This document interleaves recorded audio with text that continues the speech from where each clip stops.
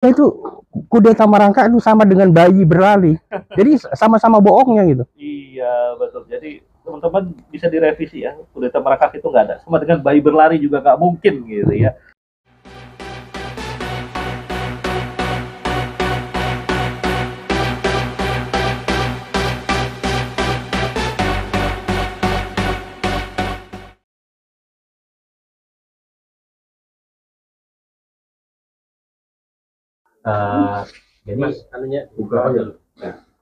Jadi yang mau saya pertanyakan di sini terkait tadi ada ucapan dari salah satu poin dari Bapak, maaf, itu terkait bahwasannya Presiden Soekarno pada saat G30 SPKI ini ada di tengah-tengah salah satu pemimpin dari gerakan tersebut. Nah, yang saya pertanyakan di sini berarti apakah secara tidak langsung Presiden Soekarno ini terlibat dan pro terhadap PKI? Itu aja. Terima kasih. Oke. Assalamualaikum warahmatullahi wabarakatuh, teman-teman. Terima kasih udah bergabung lagi. Jadi barusan ada pertanyaan dari mahasiswa yang hadir di tempat kita podcast ini, yaitu bahwa merujuk kepada tadi cerita dari para narasumber bahwa Pak Soekarno hadir di Halim Perdana Kusuma pada malam hari waktu penculikan itu terjadi, itu mengindikasikan bahwa berarti terlibat dong seperti itu. Nah, mungkin ini bisa langsung dijelaskan oleh para narasumber kita, mungkin dari pelaku sejarahnya yang langsung nih, Pak Samsudin. Ya, begini, kehadiran Bung Karno di Halim di tengah-tengah anak-anak yang sedang mengadakan revolusi katanya, itu dari surat dia. Surat dia mengatakan kepada Ibu Dewi, saya sedang berada di tengah-tengah anak-anak yang sedang berevolusi. Jadi dia tahu keadaan itu. Apakah dia terlibat? Saya kira paling tidak dia tahu peristiwa GPK itu sebelum dan sedang terjadi. Itu pasti dia tahu. Tapi yang jelas bukan dia arsiteknya. Arsiteknya tetap Aidit. Ya, tetap Aidit. Ya, memang jadi pertanyaan juga, ya kan? Kenapa peristiwa itu sedang berjalan, penculikan sedang berjalan, dan momentum masih ada di tangan PKI, ruang masih di tangan PKI, kok Bung Karno suruh berhenti? Tanda tanya dia. Dari segi kan? Yes, dari segi leadership kita lihat, Aidit kok mau saja? Ini kan revolusi must go on itu, ya, tidak boleh berhenti. Saya pernah bicara sama anaknya Aidit, Ilham Aidit. Ilham Aidit. Kalau saya Aidit, Bung Karno saya tahan. Ya, lanjutkan revolusi ini. One way ticket. Saya di malam, saya ngomong. Tapi memang Bung Karno ada di situ, tahu penculikan itu dia tahu. Disuruhnya berhenti karena Pak Yani gugur, meninggal diculik, suruh berhenti. Itu dalam dokumen Mahmilub itu ada. Lalu dalam buku-buku atau brosur-brosur seperti detak berapa itu ada, Pak. Itu. Jadi dia tahu, tapi bukan dia arsiteknya. Nah, ini apakah terlibat atau setengah terlibat? Tapi dia tahu. Ini memang perlu dianukan. Oke. Mungkin Pak Nur Johan. Mungkin gini ya, kalau saya, kenapa Bung Karno ada di Halim? Pagi itu tanggal 1 Oktober, dia pulang dari rumahnya istrinya Dewi, menuju istana. Istana dikepung oleh pasukannya Untung, batalion 454 sama 530. Terus manggil pada waktu itu yang mengawal, mengarahkan Bung Karno ke arah rumah istrinya Hartini, itu di daerah sekarang Taman Anggrek gitu.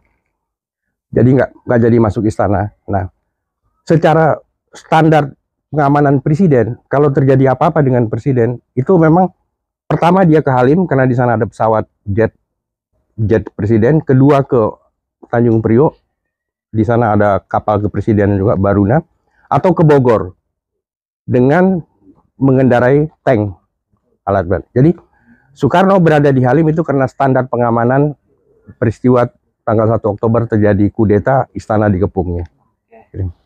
Ini fakta baru. Ini menarik ya. Jadi Seperti itu, dari kepada teman mahasiswa tadi yang bertanya, terima kasih, semoga menjelaskan. Nah teman-teman, kita sekarang lanjut lagi ke beberapa topik berikutnya yang sudah kita siapkan sebenarnya. Ini makin menarik ya.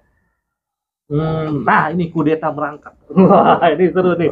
Di buku ini ada penjelasan tentang kudeta merangkak. Jadi istilah kudeta merangkak itu, kalau teman-teman search di Google pasti ketemu salah satu nama yang sejarawan, profesor malah yang sering bicara tentang kudeta merangkak. Jadi seolah-olah ada kesan kalau kudeta merangkak dilakukan oleh Soeharto tentunya. Adalah ya Soeharto ingin menginginkan kekuasaan, dia melakukan kudeta secara pelan-pelan. Tapi ya kalau kita lihat ada beberapa pijakan-pijakan yuridis yang nantinya akan dijelaskan oleh pelaku sejarah dan penulis buku ini yang banyak mengkonter tentang kudeta merangkak. Silakan langsung aja Pak Samsudin. Baik. Tentang isu kudeta merangkak yang dilakukan oleh Pak Harto. Ya. Jadi ada tuduhan kepada Pak Harto bahwa Pak Harto melakukan kudeta merangkak. Kudeta merangkak itu artinya peralihan kekuasaan yang pelan, tapi kudeta. Ya, kenapa? Memang setelah peristiwa KSPKI 165, 67 baru Pak Harto terpilih presiden. Jadi ada proses. Apa yang terjadi? Yang terjadi sebenarnya bahwa dikatakan kudeta merangkak, ya, itu adalah suatu proses di mana Pak Harto menapaki beberapa anak tangga sampai dia menjadi presiden. Yang pertama SP 11 Mart, ya, itu legal, konsesional, itu anak tangga pertama yang ditapakinya. Ya. Yang kedua ada TAP MPR tentang pembubaran PKI. Yang ketiga adalah penyerahan kekuasaan sendiri oleh Bung Karno kepada Pak Harto tanggal 20 Februari tahun 1967. Jadi Pak Harto Bung Karno meletakkan jabatan, diserahkannya kepada Pak Harto. Ya, Bung Karno mundur, katakanlah ya, dia serahkan kepada Pak Harto. Anak tangga ketiga. Nah, anak tangga keempat adalah itu TAP MPR nomor 33, ya, yang menolak pertanggungjawab Bung Karno soal PKI, karena Bung Karno dipanggil oleh MPR, berikan pertanggungjawab. Dia sampaikan pidato, tapi ditolak. Karena ditolak, ya, dan sekaligus mencopot Pak Harto sebagai presiden, menetapkan Pak Harto sebagai pejabat presiden, anak tangga yang ketiga. Anak tangga terakhir, kata MPR nomor XLI apa itu ya? XLI XLI itu menetapkan Pak Harto sebagai presiden. Jadi proses ini legal, konstitusional. Berapa anak tangga ditapaki Pak Harto sampai dia jadi presiden. Di mana kok merangkaknya? Ya. Kalau lambat memang iya. Kalau Pak Harto mau tanggal 2 Oktober, ya, Pak Harto bilang, saya bisa segera menghancurkan PPKI. Di situ dia kalau mau kup. Kalau dia mau kup, dia tidak kup. Ya. Proses ini yang berjalan. Kalau dia mau tanggal 2 Oktober itu, dia punya kekuatan, dia mengatakan, ya, kalau saya menghancur PKI itu hancur. Ya. Tapi dia tidak mau. Ya, sampai bubar PKI. Ini kira-kira, Mbak. Iya. Ya, sekarang ke Pak Johano nih sebagai penulis dan pasti ngerti soal itu. Oke. Kudeta merangkak, Pak. Nggak ada kudeta merangkak. Kudeta tuh lari ya. Kudeta itu perebutan kekuasaan dilaksanakan seketika. Kalau yang berkuasa A dikudeta oleh B, seketika A nggak berkuasa, B yang berkuasa. Kudeta merangkak itu tidak ada, sama dengan bayi berlari itu nggak ada, itu hoax. Kira-kira itu. Pak Nur Johanto kan pada dasarnya juga tahun 68 ketika Pak Harto akhirnya menjadi presiden kan nggak ada yang protes ya. Tidak ada yang merasa terzolimi juga kan sebenarnya at the time. Yang nggak ada itu kan teorinya Aswi yang bikin. Nggak ada. Kudeta itu perebutan kekuasaan dilakukan seketika. Iya. Kudeta Gamal Abdul Nasser, Raja Hasan, Gaddafi. Itu kan langsung dia. Dan nggak pakai konstitusional sebenarnya. Nggak ada malam. Hukum justru Pak yang terjadi oleh Pak di ini kan ada beberapa TAP MPRS tuh tadi itu. Iya itu kudeta merangkak itu sama dengan bayi berlari. Jadi sama-sama bohongnya gitu. Iya betul. Jadi teman-teman bisa direvisi ya. Kudeta merangkak itu nggak ada. Sama dengan bayi berlari juga nggak mungkin gitu ya.